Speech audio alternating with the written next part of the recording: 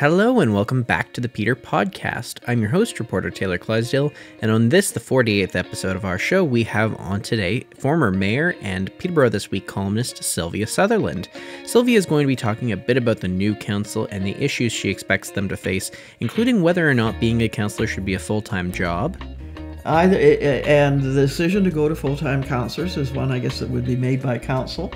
But it's going to have real implications, and I think among them is the fact that you're not going to have 2 councillors per ward. You think that if councillors gave themselves full-time, that they would have to reduce the number of councillors? I think financially they would have to, and I think, in fact, it is not an unreasonable expectation. And we're also going to be talking about the dynamics of council as well as the appointments for the new councillors. So, hope you enjoy the show.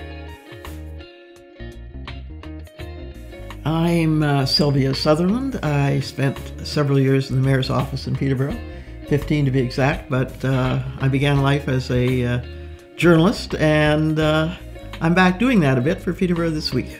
Yeah, one of our favorite columnists. Well, thank you for that. And you're certainly keeping on the council beat, and that's what we're here to talk about today, because we have a new council. And we do.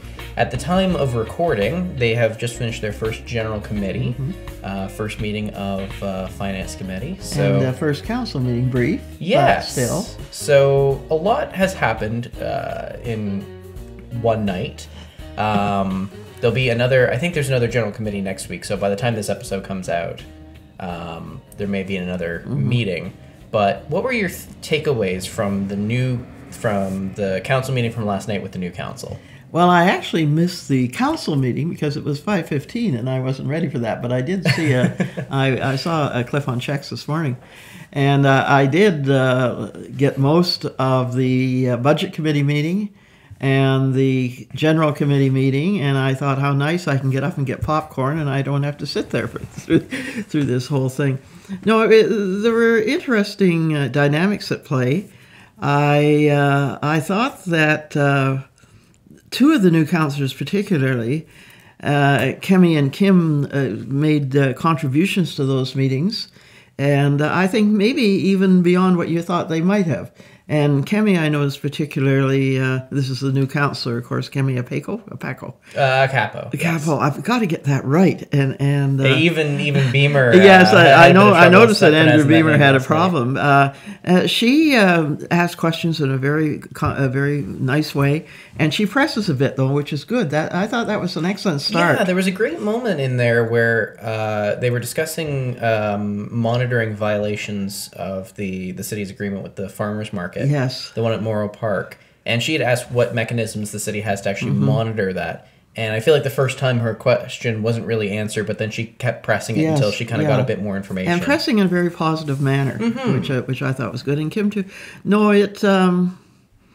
what do you say about a first meeting? I thought there's an impatience that perhaps regarding the farmers market and perhaps regarding the arena, the construction at the Memorial Centre, which they really should be content with perhaps staff's reluctance to push it too quickly. You want complete information, not partial information. What do you want to start with? Do you want to start with the Mem Centre or the Farmers Market? Oh, I know more about the Farmers Market. Let's talk about the Farmers Market a bit then. I mean, the issue itself is, we're a bit distanced from it time-wise, since the 7 vendors were either left voluntarily or most of them were kicked out, and they formed their own farmers market. And the city did, put out that they were going to be monitoring the situation, and if needed, they would put out an RFP. So basically, put out to bid for proposal to bid. Yes, for a new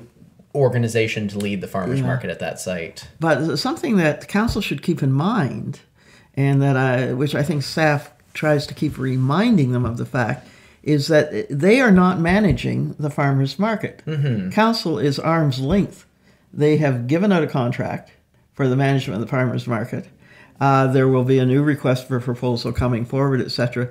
But the council is not managing the farmers market. And I think there was a question, I forget by whom last night, I think maybe Keith Riel, regarding what's the market like or something. Well, it's been like the market's been like for the last X number of years, probably for the last 100 years, but that wasn't the answer. There was some good talk between councillors Keith Riel and Dean Pappas and what's Alan Seabrook's new position? It's Commissioner of Community Services? You're a guy who covers City Hall. I wrote it this morning, so I should be able to remember that. But yes, whatever. I'm still calling them directors. I mean, I got to catch up.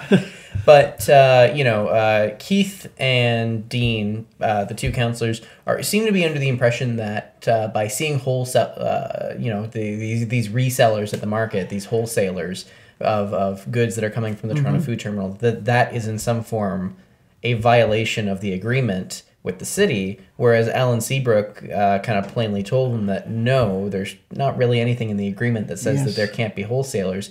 And it would be rather, it's not the Peterborough's, it's not the city's place to say what a farmer's market should look like. That's right. I sort of almost swallowed my popcorn last night when the comment was made, the fellow of Ottawa who was saying that they have rights to the name farmer's market.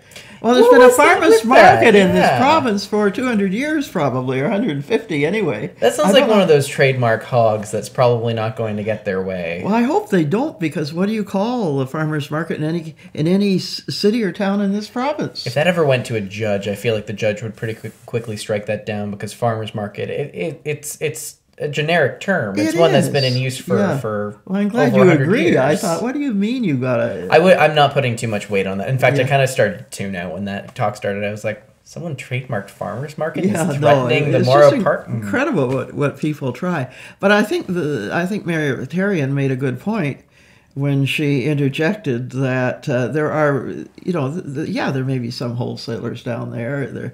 There may be some, some labels on tomatoes and that. But on the other hand, there are still at the farmers market people who are legitimately there and trying to make part of their living there, etc. Yeah, and these people are still there too. And I think it was Alan Seabrook who made the observation of customers have already made their choice. That's right. I mean, we're about a year after the whole farmers market fiasco, I want to say. We now have two different Saturday markets taking place down the street from one another. The customer bases at both seem to have leveled out from their initial peak and I don't know valley levels, but right now it looks as though if the city could put out an RFP for the management of the market and have potentially either the existing market can return to that position and continue to manage it, or a new company could come in and manage it, but I feel like the customers have already made their decisions as to which the ones they're going to support and are content with those decisions. And that's the customer's right. I mean, I forget who made the comment that, well, at least the one at Morrow Park, the city gets some revenue from the market being there. Mm-hmm. And what happens, said the individual, the one on downtown, well, that's up to up to... Because the one that took place at City Centre, I mean, they paid... That's Aon. They paid rent to Aon. Yeah. And right now they're paying rent to the Peterborough Square. Because they're in the basement of that location. So they're not... Which was the Market Hall. Yeah. In fact, it was historically a very appropriate place to be. So I think we'll have to wait and see what happens with this, but... The Market Hall market, I mean, if you go to many communities in Britain, for example, they're all day, 7-day-a-week markets, indoors, interior markets, with the fishmongers and greengrocers. And, the Market Hall lends itself to the establishment of that kind of market in the Market Hall 7 days a week. Mm-hmm. Now, I want to go back to council for a second, because there's something a very good distinction that I noticed is that, there are new faces on council. The dynamics of council have changed quite a lot. You only had one meeting now. Well, yes, but that's very fair. But, the more things change, the more they stay the same. And I noticed that Keith Riel is his attitude on council. Why is Keith always angry? I mean, I thought, I have to confess, Taylor, I haven't watched council very faithfully for more than a decade. And I am watching it more faithfully now and will be. But the thing that struck me, Keith raises some legitimate issues in that, but it's always as if he's angry. And it's interesting because I've sat down with him one-on-one. And I mean, if you're watching the podcast now, you can go back and watch my interview with him when I sat down with him one-on-one during the election. And if you sit down with Keith one-on-one, it's like you're talking to a whole different person. Yeah, I know. I've spoken to Keith one-on-one, but I thought, Keith, no, come on. You last night, come on, you can't be angry over this. Yeah, and I sound so angry. And I thought maybe now that he had some more people on council that were a bit more like-minded to him, like him, that might change things. But no, he still seems to have been. He still does have that fairly kind of aggressive stance on council. And after a while, it wears thin. I mean, you should save your aggression for those issues that truly warrant it. And I find that Keith does raise some interesting issues. He does. But, and when we did our 2016 council report card, one observation that we had made about Keith was that he undermines his own arguments by presenting them in such a way. Yeah. Even staff, when they were giving him information back and responding to questions on the Memorial Center, even they were starting to get a little bit heated back to him. Well, you do. When somebody gets heated with you, my long life experience, a lot longer than yours, has been that you tend to get heated back, unless you sort of say to yourself, no, don't respond in kind. How long do you think the alliance among the five is going to hold now? Truth be told, I don't know what's going to happen with this. I'm just asking for a guesstimate here. Informed opinion. Well, I don't think there's going to be... I think there are still those distinctive groups on council, but at the same time, it was never always 6-5 with the last council. No, and it wasn't always the same 6 and same. And I gather, and you may well know better, Taylor, since you cover it, but, there was this accusation being made by the so-called 5 that the 6 would get together in the mayor's office, etc. I gather that never happened. You don't think that there was ever meetings before? I don't think there was a meeting of the 6 before. No, from my talking to people who were nominally members of the so-called 6, sure, you talk things over. That's natural in any council with people on occasion. But to sort of all get together and think, well, this is what we're going to do tonight, or this is what you're going to do next week, or what you're going to support. I think there were meetings of the 5, either in the closet at City Hall or down at one of the pubs down the street, the Black Horse, I think. But and it wasn't always 6-5. On critical issues, it frequently was. So.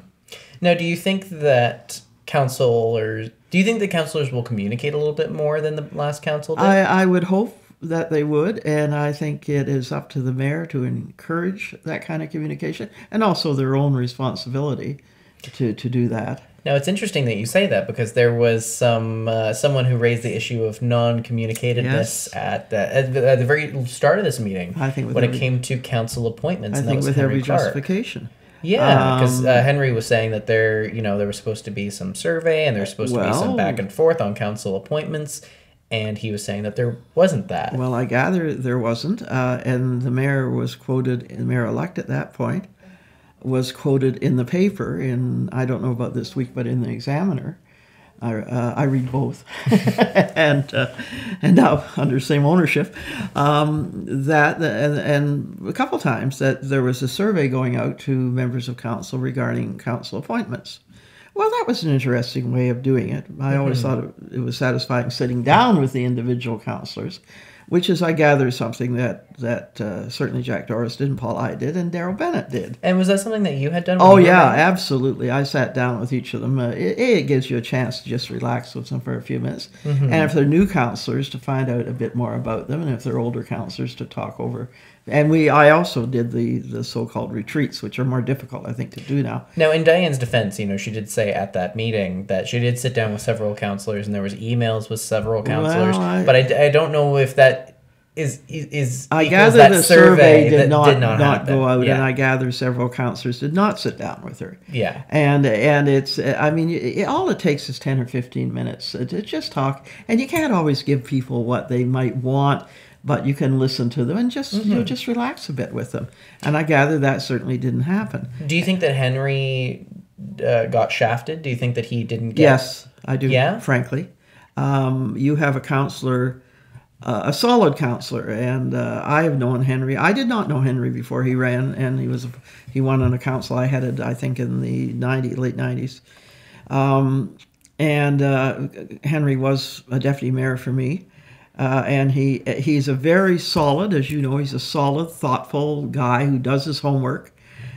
He brings a lot of wisdom, Henry Clark, to council. I don't always agree with Henry, I do often. He's solid and he's loyal. And he, interesting enough, has no portfolio. Mm-hmm. And so you didn't want Henry as your deputy mayor, although Henry is a fine deputy mayor, just as Paul Iyett was my deputy mayor for a while. Excellent people, both of them, in that role. Henry certainly has been chairman of finance for a number of years, which is a critical portfolio on any council. And I think given the challenges, given the government at Queen's Park, among other things, given the challenges this council is going to face financially, that Henry had a lot to bring to that portfolio.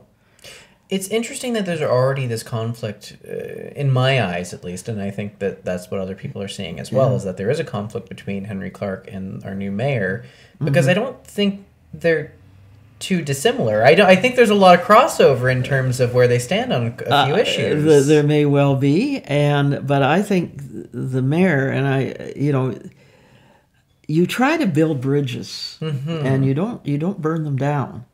And if you have somebody as capable as Henry, as thorough as Henry, I think a portfolio would be. He was offered, I gather, the vice chairmanship of finance, which was a slap in the face, and he refused that. That he was an understudy to Councillor Pappas, and so there's an exclusive for you. Yeah. I'm giving you my material away here. We're getting more council gossip live on the set of the Peterpodcast. Yes, you are. Yes, you are. I can remember many years ago. We were. It was Jack Doris's second term in office. Jack had beaten me in '91, and this would have been '94. And I wrote a bit about this actually. And it was George Mitchell, Councillor Mitchell, Alderman Mitchell at the time, Jack was still in the studio area, and we were doing color commentary for Cable 10 as it was then. It was Ken Armstrong and myself. And so we had interviewed Jack, and he was still around, and George Mitchell comes on, and we asked the question, well, what are your plans now? Well, I'm going to run for mayor in 3 years. And Jack did a double take, and I said to Ken, this is the first time that Cable 10 has ever gotten a scoop. But I want to talk with you a little bit about council appointments, actually, because before we take a break, just to get your kind of short thoughts, because there's a lot to unpack there. But what were your thoughts on the announcement that Andrew Beamer would be deputy mayor? I think Andrew will be a fine deputy mayor. I agree with you. He will be. He has many of Henry's characteristics, actually. It's funny that you mentioned that, because I genuinely had my bets placed that Henry would be appointed as deputy mayor. Yeah, well, but with that said, I do think that Andrew Beamer is a great choice. Yeah. And then second deputy mayor. And I know it's more of a symbolic decision than anything. But the second deputy mayor did get given to new councillor, Kenny Acapo. Well, I don't know. I was having lunch not long ago with Bill Juby. And we're talking... former city councillor Bill Juby. Former city councillor. And we were talking about the possible appointments. We had no idea what they'd be. You never get away from it, really, what they would be. It's fun to speculate. Yeah, and it was fun to speculate. And I said, and I had heard a rumor there might be only one deputy mayor, which would, in fact, be fine. And I said, I can't even remember, Bill, who my second deputy mayors were. And Bill said, well, I was one of them. Well, I backtracked very quickly. Okay, well, why don't we take a short break, and we'll get back to appointments, because there's some interesting appointments that I would like to discuss. Sure. And so we'll be right back. Okay. All right, perfect. We'll be right back. Is this a commercial break? Yes. All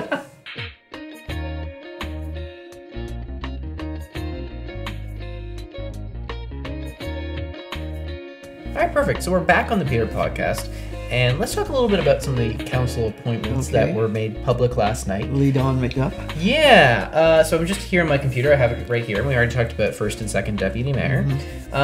Some interesting portfolios that were assigned. Kemi Akapo got chair of youth portfolio, and then she's also the appointment to the DBIA board, which she's a downtown councillor. She's a downtown councillor, and I don't know if Dean Pappas can be on the DBIA board because he has a business downtown. Oh, I think he could. I think he probably could be on the DBIA board, but he's not. Kemi is. Yeah, I figured since Diane was the one that took that position last term, it makes sense for Kemi to take that position this term. Kim Zippel, new councillor for Autonomy Ward, chair of Parks and Recreation. Yeah. What are your thoughts on that? Well, I don't know her interest. I think she's a very capable woman, Kim. Mm-hmm. And I know she has, and she's in an environment which is perfect for her because she's terribly knowledgeable. And she was a big advocate for the Harbor Creek protection. Her background is in that area, and that's going to be valuable for council. Yes. To have that expertise there. And Parks and Rec, what do you think about Parks and Rec? I think she has more of a connection to the parks element than the rec element. Yes, possibly. Given her connection to Harbor Park. Yeah. So I think there will be a degree of learning in that position. But Kim Zippel is probably between the three new councillors. I think she knows the most about council. Mm-hmm. And I think she's a quick study. She's a very quick study. I mean, she was one of the more common faces that I would see in council meetings. Right. Yeah. And, she has, since the last time she ran for council and did not get in, she's had a long time to prepare and get ready. So I think she has what it takes to handle that portfolio. There's going to be a bit of a learning I would curve. agree with you. And she also got appointed as the representative for this brand new committee, the Environmental Advisory and I Committee. think that we had an Environmental Advisory Committee many years ago. What happened to it? Well, you'd have to ask one of my successors. I'm not sure which one. We had the first, we called it a roundtable. We had the first municipal environmental roundtable, I think, in the country here in Peterborough. Okay. And I was on the provincial roundtable for the environment, but everything begins locally. Mm-hmm. And Clifford Mains, I remember Bob Pelkey chaired it from Trent University. It just died a death, and it's being, in a sense, being revised. Yeah.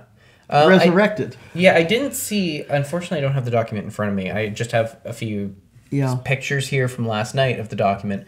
So I don't remember, was anyone appointed to civic engagement? Because I know that's a new committee that's being... my notes are all at home. Now we're poorly prepared. Now we're poorly prepared. I don't know if anyone was. But that is a new committee that's Yes, being it is. made, And I'm wondering just what its mandate is going to be, what its terms of reference are going to be. I mean, how do you... how are they going to encourage civic engagement? It's not just that, but it's how are they going to encourage civic engagement in a way that actually has an impact? Yeah. Because, you can get in front of council and you can register to speak to council during its council meetings, or you can just go up and be unregistered and have a few minutes to do that. And if it's an issue that affects your ward, you can get members of your ward together. You can, you can... people get engaged civically when their ox is being gored most frequently. Yes. So I'm just wondering, if there's the perception, and I think there is the perception that the last council didn't listen, that when that getting in front of council the night they make that decision to try and argue against what I would imagine is something that you're upset about, that there wasn't enough time and there wasn't enough actual engagement with those citizens. I'm kind of curious what this civic engagement committee is going to come up with to deal with that problem. I say you get engaged when you feel the need to be engaged, and often the council is accused of not listening. Well, it may be that they are listening to you. They've also heard from other people, and they simply may not agree with you because of information they have, or because of for whatever reason. Like I told so and so, and he didn't listen. Well, he listened or she listened, but she didn't agree. Yeah, and I think that's something that's always going to happen. Yeah, there's always going to be counselors that you can present them with all your arguments in the world. But at the end of the day, they're going to come up with a different outcome than what you've come up with. And they have a responsibility, I think, Taylor, under those circumstances, if it's possible, to explain why they don't agree with you. And you and I we can be great friends and disagree on something, and you may have your point. None of us, one of the first lessons I had in journalism back in the 60s at Ryerson, was a lesson from a sociology teacher, as they were in those days, who pointed out there's no such thing as objectivity. You and I can see the same accident with no self-interest at the corner of Lansdowne and the Parkway, say. And somebody can interview us later about that, and we will have seen, in some instances, two different things. And it's because of our own background, what we bring to it, and we have no self-interest, but there's no such thing as complete objectivity. Yeah, so the purpose of this civic engagement thing, the purpose is kind of obvious, but how it's going to go about that in an effective manner is kind of up in the air. It's a good political headline on civic engagement.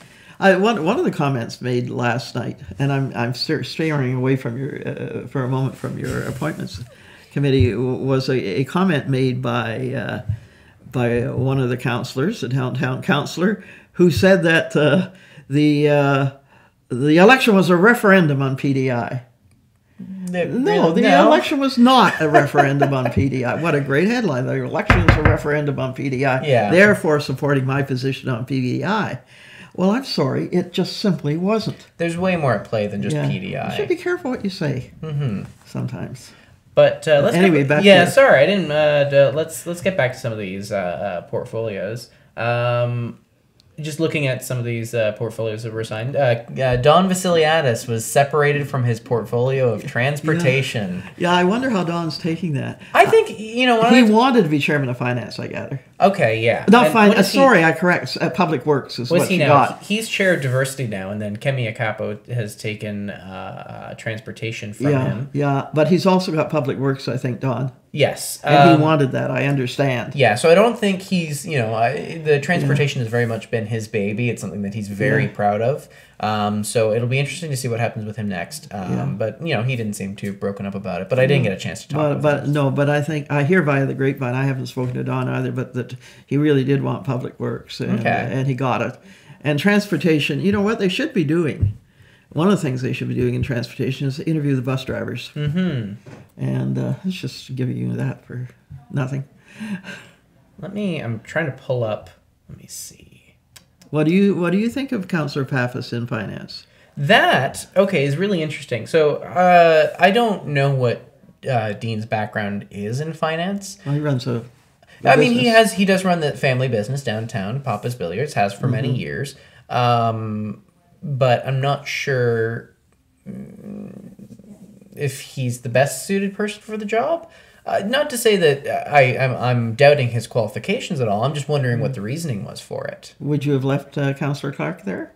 Or not? I wouldn't have a problem with that. Yeah.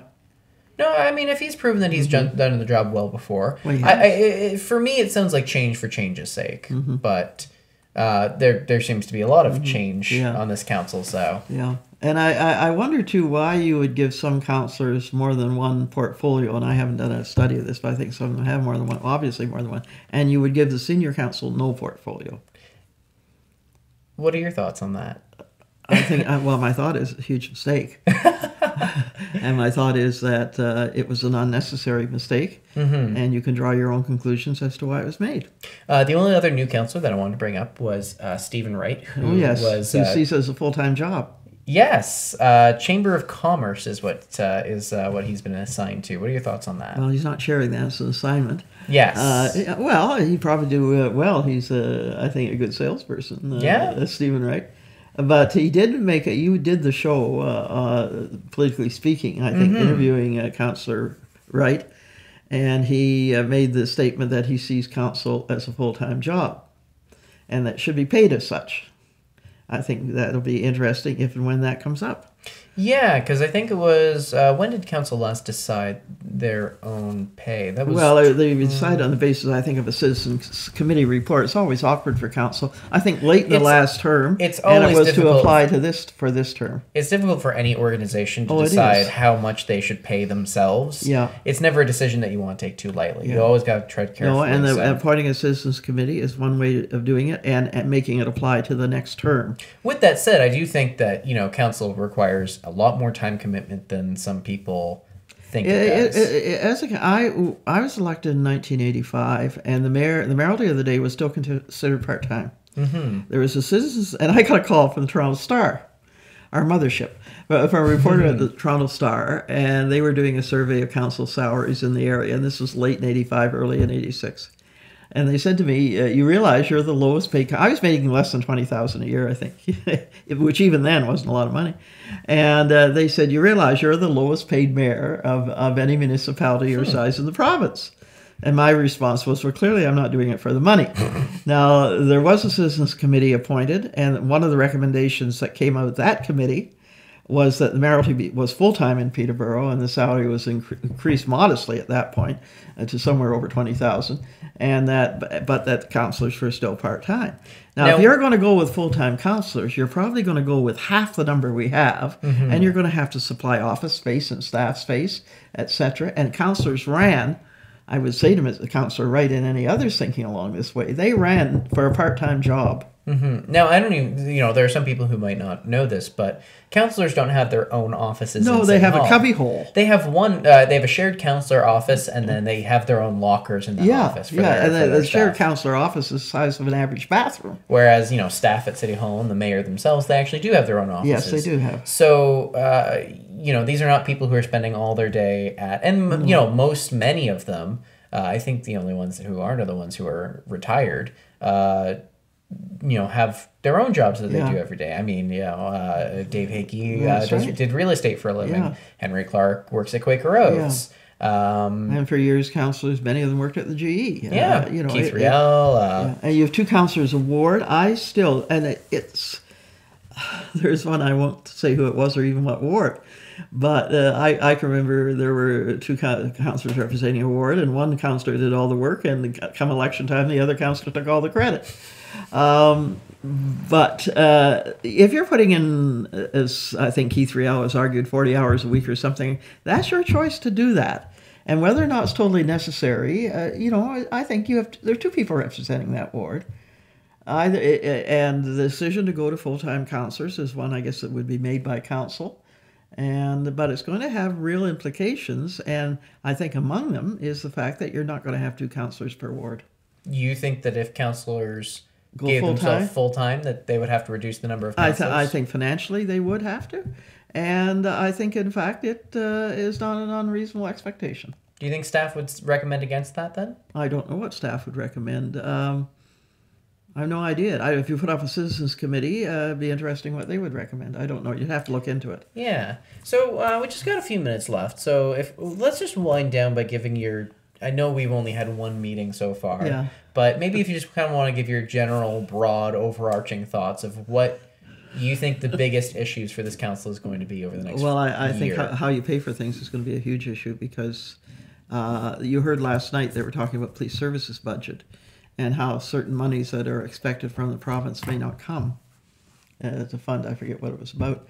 I think that having lived through the Harris years on council, when there were cutbacks, downloading, amalgamations, yes, and that's something that may be a huge issue before we're finished. But I think there probably will be a reduction in transfer payments. I think if there's anything left to download, it may come. I think the huge issue is how you pay for things. Mm-hmm. They can make an issue out of PDI, but I think maybe when Councillor Pappas and others take a look at the budget, PDI may be an issue they want to get out of, challenging that. And the suggestion that by Councillor Wright last night, somehow this can be arbitrated, I don't think we're going to go there. How you pay for things. I think certainly the mayor's agenda regarding affordable housing is a huge issue, and it is an issue in every community in this province. I think that was something that should not have been downloaded, social housing, onto the municipalities, and it was by Harris. And the mayor sees that as a key issue, and I wouldn't disagree with her. I think housing is probably going to be one of the most important issues that they deal with, and it's one in which there's a lot going on right now. Yeah, there's a lot of private developers who are redeveloping properties in very central areas. Yeah. A lot of residential intensification, which is what the city and the province both want to see. The province, at least that last government, was dictating intensification in cores, particularly. And that dictation hasn't ended per se, but it's something that could change. It could change, and it would be interesting to see what direction the Pink Palace, Queen's Park, gives regarding planning in the province, because it is top down and has been for years.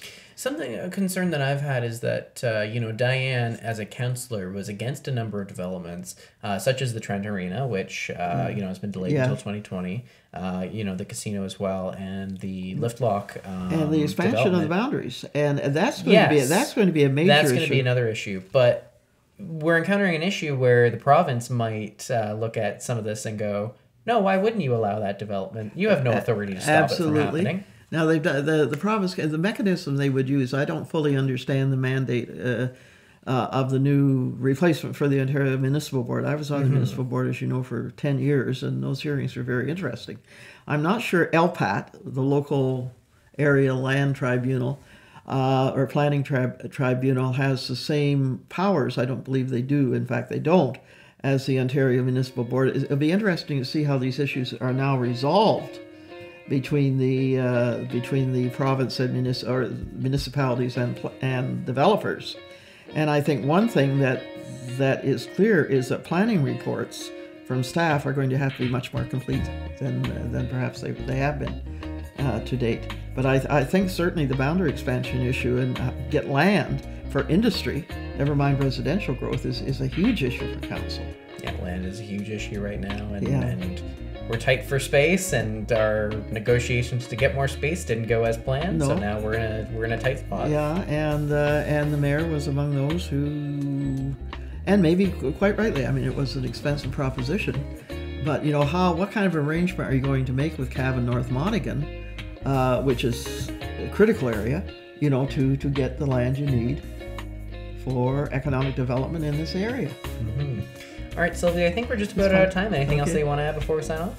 Well, probably lots, but I think this is probably all the people can take right now. All right, Sylvia, thank you so much for coming on the show. I really appreciate it. Thank you for inviting me. I look forward to speaking with you again in the future, and we can share some screen time on the panel at Politically Speaking on your TV as well. Yeah, and it's been a pleasure. It's been an absolute pleasure. I thought this was I remember emailing you, I think, after the first podcast, that what a neat idea this was. Well, I'm glad you could finally come full circle on that. Thank you. All right, awesome. Thank you so much, and we'll see the rest of you again soon.